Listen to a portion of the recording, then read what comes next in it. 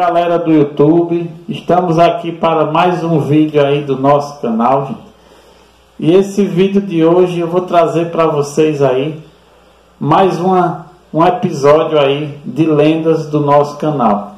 E essas lendas de hoje, gente, são lendas urbanas.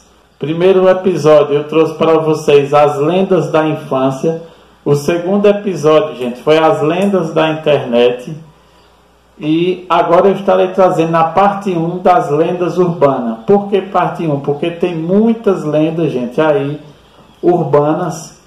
E eu vou estar trazendo aos poucos aí para vocês, para que o vídeo não fique muito grande. Então hoje eu estarei fazendo a parte 1.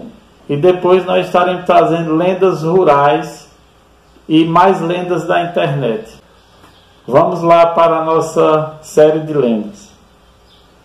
Essas lendas urbanas que eu estarei trazendo hoje são lendas brasileiras, ok? Histórias cabulosas de monstros e fantasmas costumam fazer sucesso no mundo todo, mas a ocasião deles insistirem em viver no fundo de lagos, em terras distantes ou nos confins das florestas, tornam suas supostas aparições nas raras ocasiões e por vezes duvidosas, em histórias curiosas, sinistras e assustadoras. Assim, não é por acaso que nossos conhecimentos sobre essas figuras vêm quase exclusivamente de imagens criadas, captadas por pessoas ou relatos contados pela população em geral. Está aí a origem das lendas, gente, de todas elas, não só as lendas da infância, como também as lendas rurais, né, gente? Como lendas urbanas ou lendas da internet. Todas elas têm essa origem. A primeira lenda que eu estarei contando hoje aí para vocês é a lenda da carroça sem cavalo. Essa lenda veio da cidade de São Francisco do Sul, em Santa Catarina. Deixo aqui a imagem, né, nessa história para que vocês vejam, gente. Bem interessante. Nas noites de inverno, quando o frio nevoeiro que vinha do mar descia sobre a cidade, as pessoas que moravam em uma certa rua de São Francisco do Sul, em Santa Catarina, eram acordadas nas altas horas da madrugada com o barulho de uma inconveniente carroça. Essa carroça se locomovia de forma tão lenta que os moradores, já irritados, levantaram-se de suas camas para verificar o que estava acontecendo. Quando abriram as janelas de suas casas para espiar quem era o responsável pelo maior incômodo, tiveram um tremendo susto. Uma carroça sem nenhum cavalo se movimentava devagar pelas ruas da cidade. Ela aparecia no nevoeiro e depois de um tempo voltava e sumia no mesmo nevoeiro. Vejam aí, gente, se vocês de repente abrem a janela da casa de vocês aí, abrem as janelas e de repente você se depara com a carroça no meio das ruas, andando sem nenhum cavalo e sem ninguém por perto. Imaginem aí, gente. É bem interessante essa história, né, como vocês veem aí, né? Dentro da carroça haviam chaleiras e bules antigos, alguns pendurados no lado de fora da carroça, que eram os responsáveis pelo grande barulho na noite pela cidade. As pessoas escondiam-se em suas casas, assombradas com tamanha manifestação do outro mundo, esperando que a carroça e o barulho desaparecessem no nevoeiro novamente. Veja aí, gente, vocês, né, avistarem uma carroça, o que vocês fariam? Uma carroça no meio da rua aí, andando sem ninguém por perto ou sem nenhum cavalo, gente. Imagine. A segunda lenda de hoje é a lenda da sedutora da curva de Dois Unidos. Essa lenda veio de Recife, Pernambuco, gente. Aqui da nossa capital do estado. Quem mora no bairro de Dois Unidos provavelmente já ouviu falar em uma alma penada que vaga durante as madrugadas, exatamente numa curva muito conhecida na região, onde funcionava uma fábrica há muitos anos atrás.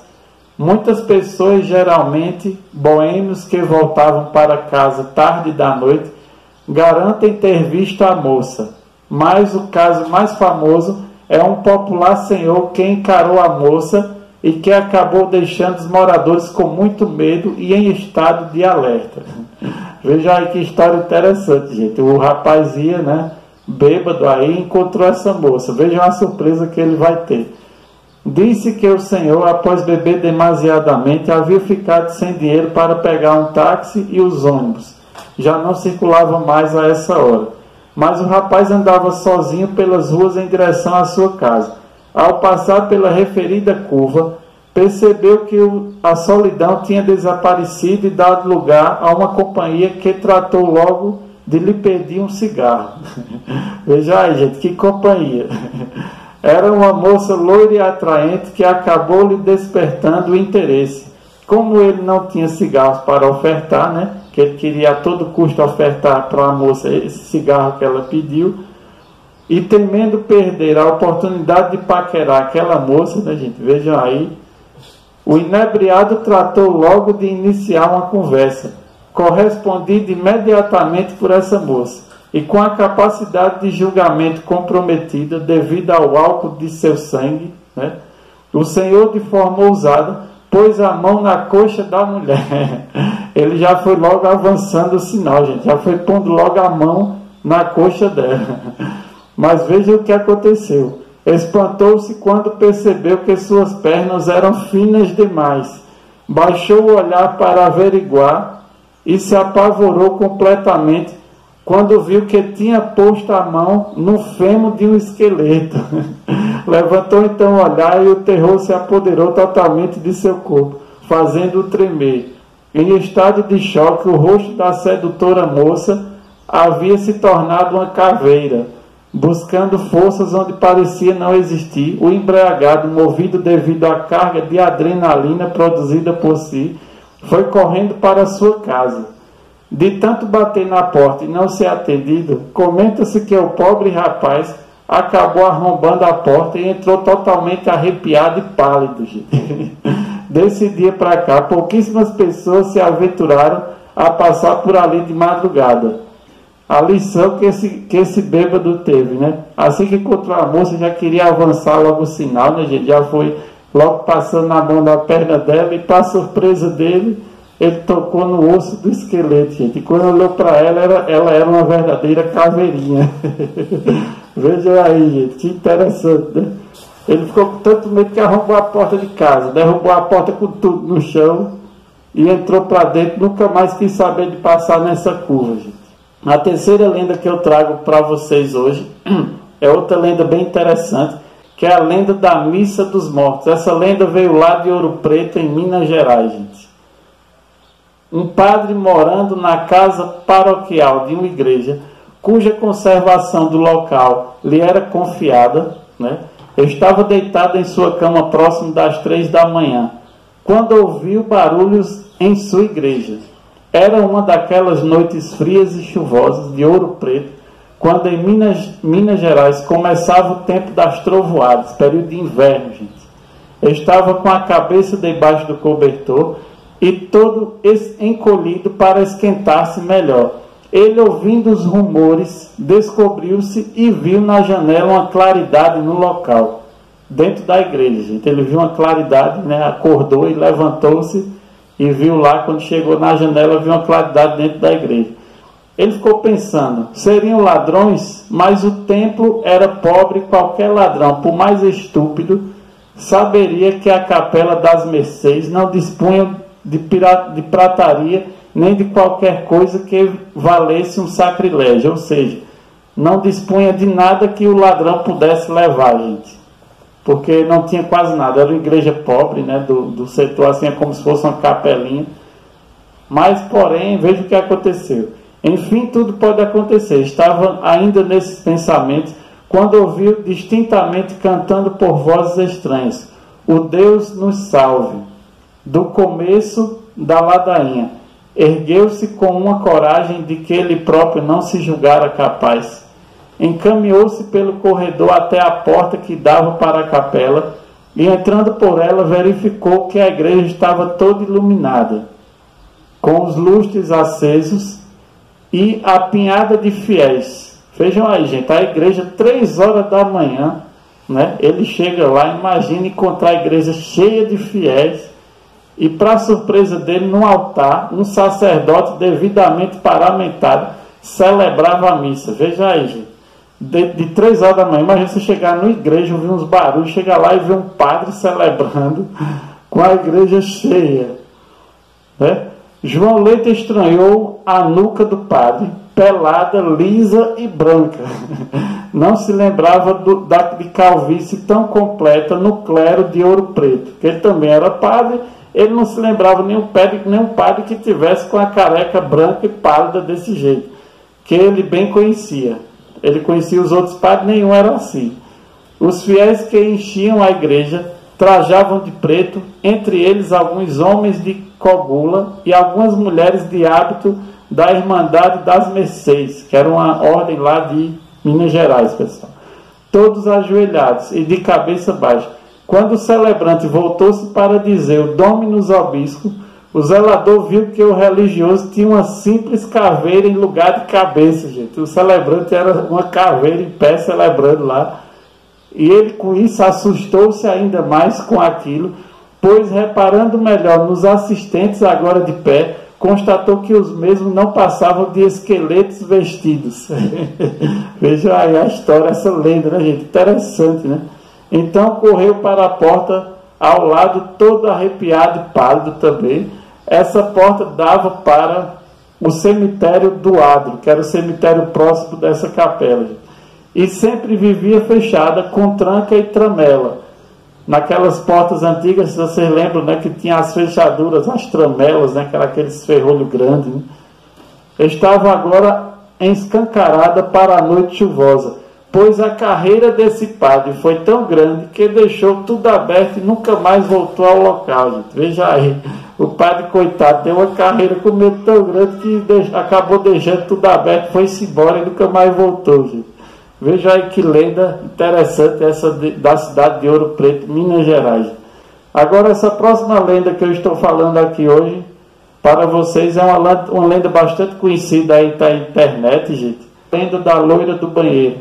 Essa lenda aí, ela foi uma lenda também que surgiu em uma cidade, porém não diz direito, parece-me que foi em Guaratinguetá, em São Paulo, segundo as pesquisas que eu consegui localizar aí para vocês.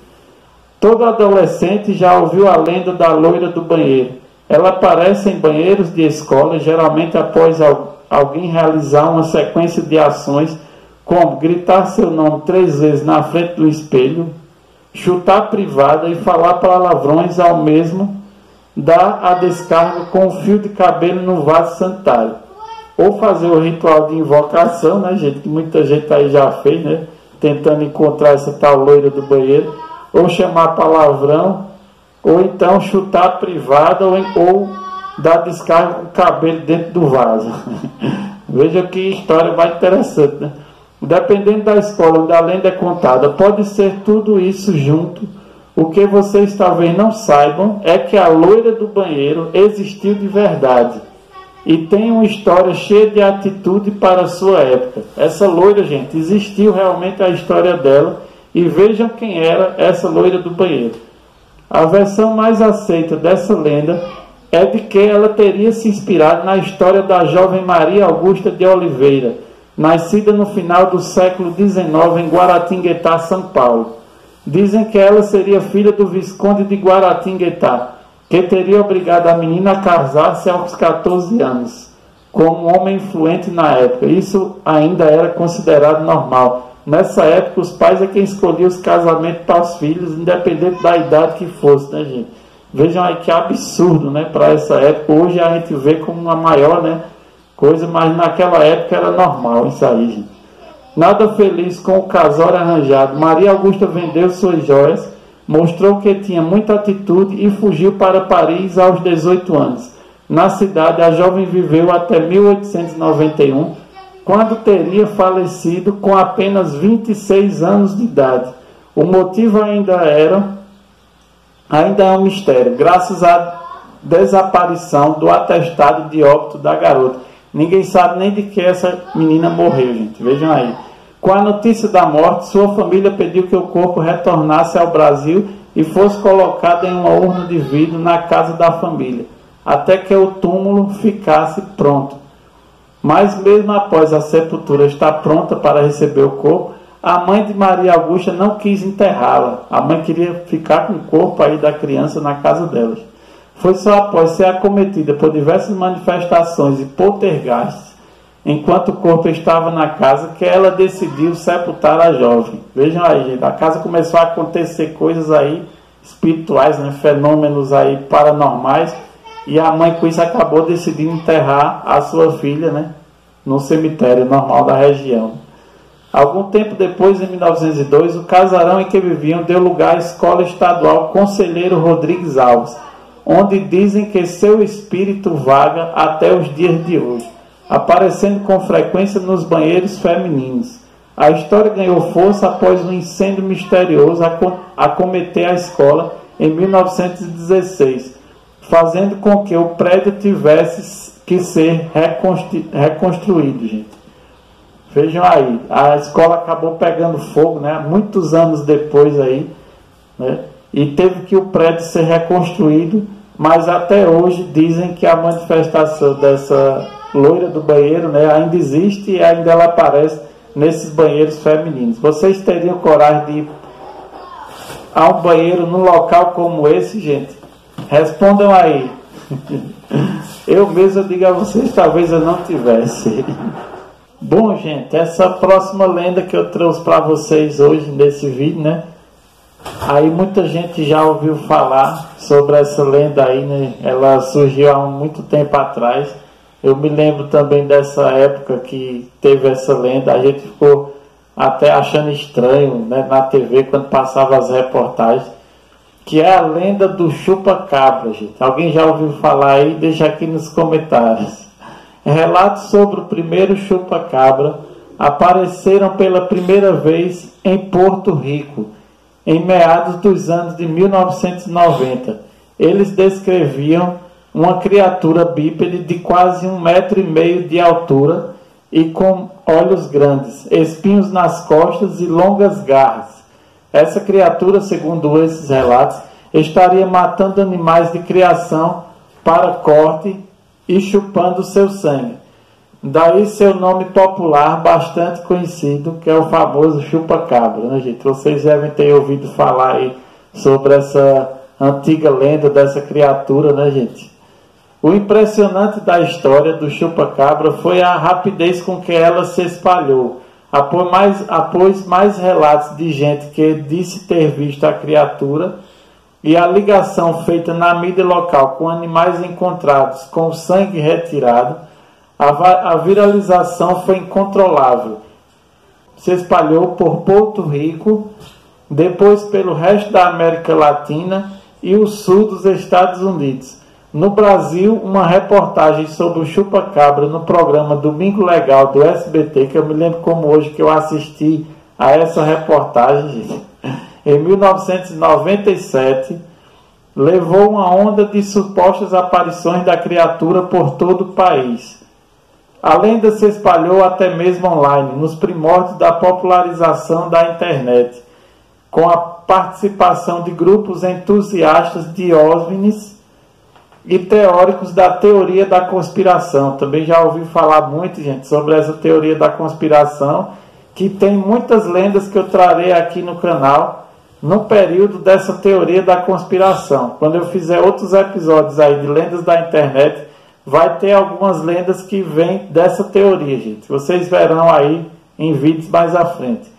Até que no início do ano 2000, um novo chupa-cabra apareceu no México, né, com algumas diferenças em relação ao original. Desta vez era descrito menos como um alien e mais como um animal parecido com um cachorro, andando de 4 patas, mas sem pelo, gente. Imagine vocês encontrar uma criatura dessa aí na fazenda de vocês ou no sítio de vocês, né?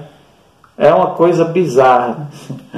O ponto de partida óbvio eram os corpos dos supostos chupa-cabras. Um total de 1 dúzia de corpos foram encontrados principalmente no Texas e em outros estados do sudoeste dos Estados Unidos. Eram realmente horríveis, sem pelos, magros e com a pele de aparência queimada. Mas exames de DNA revelavam uma realidade muito mais mundana. Os corpos eram invariavelmente de coiotes, cachorros ou guaxinins, que nasceram com alguma anomalia genética. Vejam aí, gente, aí o povo vendo esses animais aí, com essa anomalia, acabaram dizendo que era o antigo chupa-cabra, né, gente? Vejam aí, eles viam essas criaturas e já diziam que era o chupa-cabra, nem conhecia direito, né? É uma lenda mitológica que surgiu há esses tempos aí, desses anos aí, como vocês sabem, né, gente? Com exceção de um apenas, que na verdade tratava-se de um peixe ainda não conhecido pela ciência, gente. Olha, teve uma vez no programa que surgiu na TV, que eu cheguei a assistir, que acharam uma cabeça de arraia, somente a cabeça, e disseram que era a cabeça do chupa-cabra, gente. Vejam aí como é que essas pessoas falam, né? Simplesmente por ouvir falar, ou um relato aí de alguém que inventa uma história e vai passando, né, gente? Aí na internet isso vai viralizando, essas lendas assim, né? Até que o povo começa a acreditar que realmente existe uma criatura como essa, né, gente? Uma criatura alienígena, um tanto vampiro, né? Que seria o chupa-cabra. Porque, segundo o que falavam, ele chupava todo o sangue dos animais que ele mordia. Então, pessoal, espero que vocês tenham gostado dessa primeira parte aí das lendas urbanas, né? Eu espero que vocês tenham gostado de mais esse vídeo. Se inscrevam no nosso canal, comentem, divulguem aí para os grupos do WhatsApp, que eu sempre peço aí, para que possa estar abrangendo cada vez mais, gente. Deixem seu like, comentem. Sempre eu peço comentários a vocês sobre algumas coisas que a gente fala aqui nos vídeos, gente. Se vocês puderem, deixa aí o comentário, ok? Até a próxima!